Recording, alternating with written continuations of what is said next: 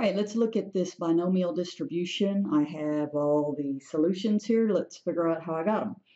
So it says, according to this Sorelli Associates of Boston, 30% of all financial advisors that have an average client size between 500,000 and 1 million, then 34% have an average client size between 1 million and 5 million. So these are just basically groups. So group 1 we'll call the 500,000 to 1 million group. And then group 2 we will call the 1 million to the 5 million group. Says this group has a probability that you're going to be in this group, so 30%. This group has a 34%. And next thing it says is, suppose a complete list of all CPA financial advisors are available, 18 are randomly selected. So in both groups, 18 are selected. All right, so now I want to find the expected number of CPA financial advisors in each group. So expected value is the mean, and I find that by n times p. So equals n times p for this group. And then I'm going to just do the same thing over here. And as you'll see, it did n times p, so I get the expected value. So that's where the 5.4 and 6.12 is coming from. All right, it says, what is the probability at least 8 in this group, so all I care about is this group, have an average client size in this group? So at least 8 would mean 8, 9, 10, 11, all the way to 18. So I need to get my number of successes, my X value, whatever you want to call it, and that's going to go from 0, 1, 2, 3, and Excel knows I'm counting, and all the way down to 18. Now, technically, I really don't have to go to 18, my sample size, because of complements. I could say instead of 8 or more, I could say 1 minus less than 8.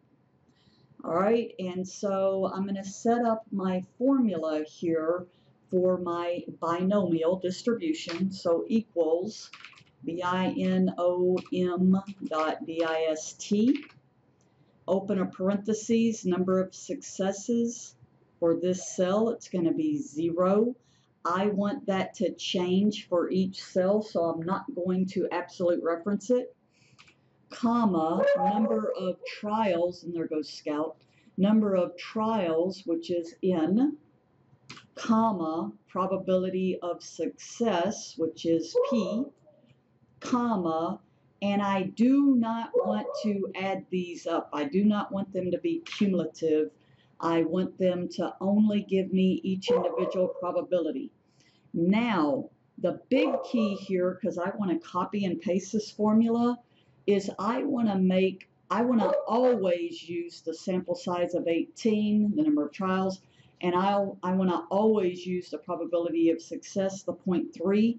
So this is where you put the dollar signs. I'm pressing F4. It just does it automatically for me. And that's my formula. So now when I copy it, the only cells that will change will be the 0, 1, 2, 3. These cells will stay the same, constant, and that's why I do the dollars for absolute reference. So I hit enter, I get my probability, I click and drag this straight down, and I get all my probabilities. Something like these are just in scientific notation. In other words, this is saying pick up the decimal and move it 5 places to the left. That's why the negative sign's there. If you don't like scientific notation, you can format these by highlighting them, right-click, go to Format Cells, and just tell it to be a number with a certain number of decimal places. I mean, I do enough decimal places so you're going to see the numbers there. Okay, and so as you can see now, I have my decimal places. I'm going to just do this. And you can see basically these are, they're not zero, but they're getting very close to zero. And that's important because I see a lot of times students will put the probability zero. No, it's not, because look when I hit those decimal places. So sometimes it's not a bad idea to keep all those decimal places. All right, so I'm looking for the probability at least 8. So again, at least 8 means to add 8, 9, 10, and all the way to 18. So the probability of at least 8 means greater than or equal to 8. And I would do that by summing these probabilities. And I get the answer that you see up there. Now, this is very, very, very, very, very important. All probabilities have to add to 1, so I probably should have checked that and summed to see if all of these probabilities add to 1, because if they don't, then I know I made a mistake. I don't make mistakes, right? So looking good. The other thing, since all probabilities have to add to 1, I could take 1 minus the complement, and so that's where we say the probability of x is greater than or equal to 8 is the same as 1 minus the probability x is less than 8. Okay, notice I didn't put the equal on it there. And so I could do the 1 minus the sum and pick these values as the complement. Close my parentheses, and notice I get the same exact answer. And so this is kind of nice to know, because that way, if you had 1,800 values, you wouldn't have to sum all the way to 1,800. You could do the complement and just do the ones above.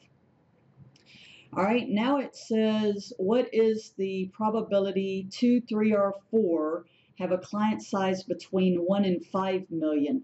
Well, that's this group here, and now I've got my space, so let me move this over a little bit. And so I know there's still 18, so I can still copy this and say that I'm still going to have 0 through 18.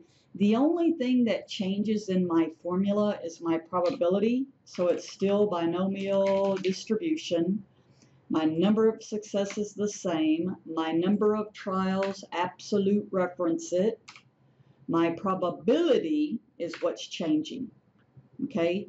And then cumulative, no, so I'll do the false, and then I get my answer.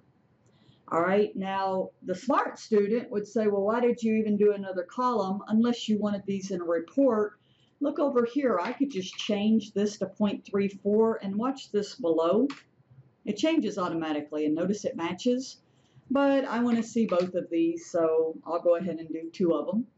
I copy my formula straight down, and it says the probability that 2, 3, or 4, 2, 3, or 4, or in probability means to add. So this is the probability x equals 2, or the probability x equals 3, or the probability x equals 4. And do you notice when I was saying or, I was typing a plus sign? So that says to sum those values. And that's where you get the next one. All right, the last one just says none in each group. So that's these values.